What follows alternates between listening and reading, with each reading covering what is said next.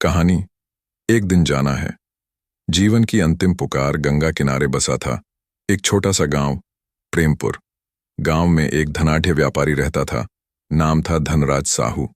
विशाल हवेली, सोने चांदी के बर्तन, रेशमी वस्त्र, नौकर चाकर, सम्मान, प्रतिष्ठा। जीवन में किसी वस्तु की कमी न थी। लोग उसे भाग्यशाली मानते थे। पर धनराज का हृदय कठोर था। उसे विश्वास था कि धन ही सब कुछ है।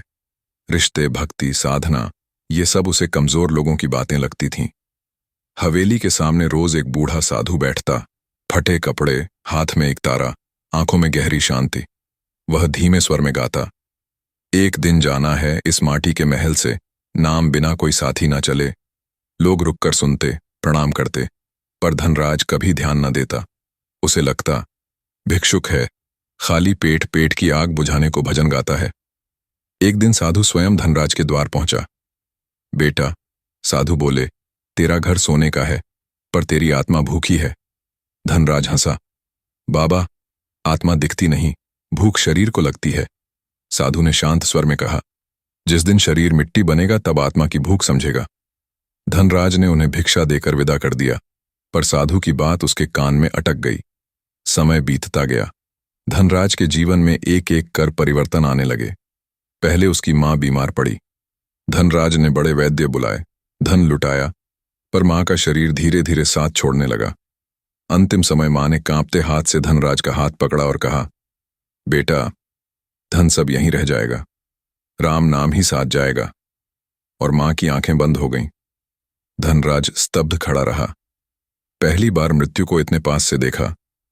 कुछ समय बाद उसके छोटे बेटे को बुखार हुआ। दिन रात दवाइयां चलीं, मंत्र तंत्र भी हुए, पर बालक न बच सका। धनराज की छाती चीरकर जैसे कोई दर्द निकल पड़ा। वह रात भर हवेली में भटकता रहा। दीवारों पर टंगे सोने के आभूषण, कीमती चित्र, सब उसे खोखले लगने लगे। अगली सुबह वह उसी साधु को खोजता हुआ गंगा किनारे पहुंचा। साधु वहीं भजन गा रहे थे, माटी का पुतला माटी में मिल जाएगा, राम नाम बिना कोई काम ना आएगा। धनराज फूट फूट कर रो पड़ा, बाबा, सब कुछ था मेरे पास, फिर भी सब छूट गया। क्या यही जीवन की सच्चाई है? साधु ने करुणा से कहा, बेटा, ये संसार एक सराय है। कोई सुबह आता है, शाम को चला जाता है। यहां कुछ भी स्थायी नहीं, केवल नाम स्थायी है। धनराज ने पूछा, तो क्या करूं? साधु बोले, अहंकार छोड़, सेवा कर, भक्ति कर, सत्य का मार्ग पकड़। जब अंतिम घड़ी आएगी तब डर नहीं रहेगा। धनराज ने उसी दिन अपना आधा धन गरीबों में बांट दिया। हवेली का द्वार अब जरूरतमंदों के लिए खुला रहने लगा। वह रोज साधु के पास बैठकर भजन सुनता, ध्यान करता। गांव वाले आश्चर्य करते, जिसे कभी धन का घमंड था, आज वह नाम का सेवक बन गया। वर्ष बीत गए। धनराज अब वृद्ध हो चुका था। एक रात उसने साधु से कहा, बाबा, लगता है मेरी अंतिम यात्रा निकट है। साधु मुस्कुराए, जिसने जीवन की सच्चाई समझ ली, उसके लिए मृत्यु डर नहीं, मिलन है।